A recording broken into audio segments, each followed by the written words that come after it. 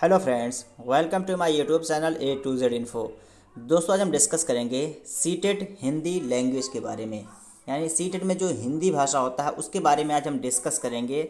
और सबसे पहले हम समझ लेते हैं संक्षेप में कि जो आपका सिलेबस है क्या है। ठीक है, सिलेबस क्या है, उसमें आपको क्या पढ़ना है, क्या छोड़ना है, इस बात को हम समझते हुए चलेंगे। सिलेबस को समझेंगे, उसके बाद हम सारे टॉपिक पे वीडियोस भी आपको पेश करेंगे, जिसमें आपको थ्योरी प्लस क्वेश्चंस ये सारी चीज़ें आपको देखने को मिलेंगी। तो चलिए डिस्कस करते हैं। पहला जो पॉइंट आपको यहाँ पे देखने को मिलेगा वो लैंग्वेज को दो हिस्सों में तकसीम कर दिया गया है, बांट दिया गया है। 30 नंबर का होता है, जिसमें आपका 15 नंबर का पैसेज से आता है और 15 नंबर आपका पेडागोजी से आता है। तो यहीं पे उसको हिंदी भाषा के नाम से अगर आप देखेंगे तो हिंदी भाषा में आपका एक अपठित गद्यांश और एक पद्यांश, जिसको आप पोएम और प्रोज कह सकते हैं। ठीक है, तो ये दोनों होंगे, कविता एक होगा और एक आपकी कहानी बेस होगी, जिसमें से आपके क्वेश्चंस पूछे जाएंगे, वो आपको समझना है और उसके हिसाब से आपको आंसर करना है। ये दोनों मिला के आपके 15 नंबर होते हैं।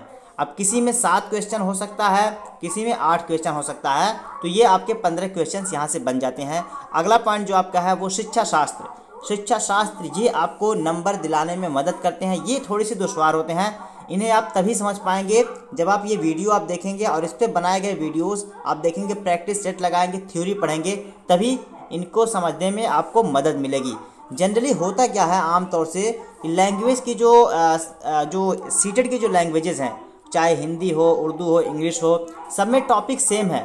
फ़र्क इतना है कि वहाँ पे लैंग्वेज आपका डिफरेंस हो जाता है, हिंदी भाषा हो जाता है, इंग्लिश लैंग्वेज हो जाती है, या फिर उर्दू ज़बान। ठीक है, लेकिन बातें कॉन्सेप्ट्स वही चीज़ें होती हैं। अधिगम एवं अर्जन ये आपको इंग्लिश में भी देखने को मिलेगा, जिसको एक्विजिशन और लर्निंग बोलते हैं। उर्दू में भी देखने को मिलेगा, आमोजिश और इक्तिसाब बोलते हैं। और ये टॉपिक आपको हिंदी में भी देखने को मिल रहा है। तो टॉपिक लैंग्वेज कोई सा भी आप सीखें, प्रोसेस आपको तकरीबन सेम फॉलो करना पड़ता है। तो अधिगम और अर्जन के बारे में आपको पढ़ना है, तो इस पर भी मैं वीडियोस बनाऊंगा, इस पर प्रैक्टिस भी करवा दूंगा आप लोगों को। भाषा शिक्षण के सिद्धांत क्या है, प्रिंसिपल्स क्या है भाषा सीखने के, पढ़ाने के, उसे आपको समझना है। मेथड्स वगैरह आपको जानने की ज़रूरत है। नेक्स्ट पॉइंट पे आते हैं। तीसरा है भाषा के कार्य एवं उसके विकास में बोलने और सुनने की भूमिका।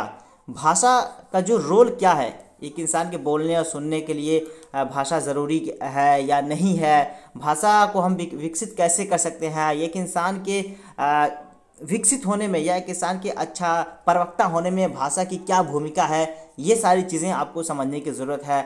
और जो LSRW है उसके बारे में समझते हैं। भाषा अधिगम में व्याकरण की भूमिका, भाषा सीखने में जो आपका ग्रामर है उसकी क्या भूमिका है, उसका क्या रोल है, ये भी जानने की ज़रूरत है। बच्चा अगर गलती कर रहा है, त्रुटि कर रहा है, 2 तरह की त्रुटियां होती हैं। एक तो बच्चा हो सकता है कि वो ग्रामेटिकल, जिसको व्याकरण, ठीक है, व्याकरण अगर त्रुटि कर रहा है तो उसको आप इम्प्रूव कैसे करेंगे, उसको इम्प्रूव करने के लिए क्या करेंगे। दूसरी बात यह कि बच्चे को बोलने में दिक्कत आती है, तो उसको आप सुधार कैसे करेंगे, ये चीज़ें अलग अलग हो जाती हैं दोनों। तो यहाँ पे भाषा अधिगम में व्याकरण की भूमिका क्या है, भाषाई विविधता वाले कक्षा कक्ष की समस्या। भाषा अगर क्लासरूम में आपको भाषा सीखने में दिक्कत हो रही है तो उसको क्या करेंगे आप, किसके माध्यम से उस समस्या को आप दूर करेंगे। भाषा कौशल लैंग्वेज स्किल आपको आनी चाहिए। लैंग्वेज स्किल बच्चों को सिखाने के लिए क्या क्या तरीके अपना सकते हैं, किन चीज़ों से लैंग्वेज स्किल या भाषा कौशल बच्चों में विकसित कर सकते हैं, डेवलप कर सकते हैं। अगला है भाषा बोध, सुनना, बोलना, पढ़ना और लिखना में प्रवीणता का मूल्यांकन। इसमें क्या होता है, इसमें आप बच्चों के अंदर ये चीज़ें listening, speaking, reading, writing, Hindi में ये आप जो सीक्वेंस दिया है, तरतीब से दिया हुआ है, इसको आप याद रखिएगा। डायरेक्ट यहाँ से क्वेश्चन बनते हैं कि जो भाषा है, भाषा को किस तरतीब से हम सीख सकते हैं, तो यही तरतीब है। ठीक है, सबसे पहले बच्चा क्या करता है, सुनता है, फिर बोलने की कोशिश करेगा, फिर पढ़ने की, फिर लास्ट में लिखने वाला जो होता है, ये सबसे लास्ट वाला स्टेप होता है। इसमें आके बच्चा का जो है काफ़ी हद तक भाषा विकसित हो जाता है इस स्टेज में आकर के। नेक्स्ट पॉइंट जो है वो आपका है शिक्षण सहायक सामग्री। शिक्षण सहायक सामग्री मतलब कह सकते हैं टीचिंग एड। ठीक है, टीचिंग एड, अगर लैंग्वेज पढ़ाना है तो कौन सा टीचिंग एड यूज़ करेंगे आप, ऑडियो विजुअल आप यूज़ कर सकते हैं, आप टीवी को यूज़ कर सकते हैं, रेडियो का इस्तेमाल कर सकते हैं, यूट्यूब का इस्तेमाल कर सकते हैं, वीडियो रिकॉर्डिंग का इस्तेमाल कर सकते हैं, लैंग्वेज सिखाने के लिए लैंग्वेज लैब में जाके उनके लिए एप्लीकेशन का इस्तेमाल कर सकते हैं, कौन सा आपको शब्द जो है कैसे उसका उच्चारण करता है, ये सारी चीज़ों को आप टेक्नोलॉजी की मदद से उन्हें सिखा सकते हैं। या फिर आप एक टीएलएम बना सकते हैं, और जहाँ तक हो सके आप ग्रुप क्लास में एक्टिविटीज़ कराएं जिसमें बच्चे कुछ बोलेंगे, उनमें अगर कुछ त्रुटियां हो रही हैं तो उन्हें आप उनमें सुधार पैदा करने की आप प्रयास करेंगे। तो ये चीज़ें आप कहाँ करेंगे, शिक्षा सहायक सामग्री में ये चीज़ें आप उपयोग करेंगे। उपचारात्मक शिक्षण, ठीक है, इससे पहले आपका निदानात्मक शिक्षण निदानात्मक परीक्षण आएगा, ठीक है। निदानात्मक में क्या होगा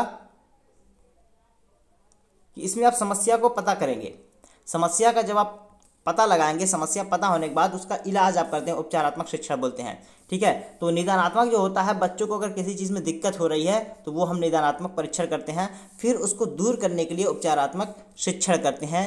ये चीज़ें हैं, आपको समझना है, बेसिक यही चीज़ें आपको पढ़ना है। और इन सभी पे मैं वीडियोस टॉपिक वाइज लेकर आऊँगा, जिसमें आपको थोड़े से वक्त में थ्योरी प्लस आपके क्वेश्चंस मैं कराऊंगा, आपके काफ़ी हद तक कॉन्सेप्ट्स क्लियर हो जाएंगे। तो आप चैनल पे अगर पहली बार हैं तो ज़रूर सब्सक्राइब करके रखें। ऑलरेडी उर्दू के लैंग्वेज के पूरे वीडियोस मेरे चैनल पे पड़े हुए हैं, और हिंदी के वीडियोस भी बनाऊंगा। इससे आपकी हिंदी जो कॉन्सेप्ट है वो क्लियरिटी हो जाएगी, जिसमें आपको पेडागोजी प्लस पैसेज ये दोनों क्लियर हो जाएगा यहाँ से। तो 30 नंबर की तैयारी बिल्कुल आपको यहाँ से हो जाएगी। तो चलिए फिर मिलते हैं नेक्स्ट वीडियो में, तब तक के लिए have a nice day, that's all, thank you, धन्यवाद।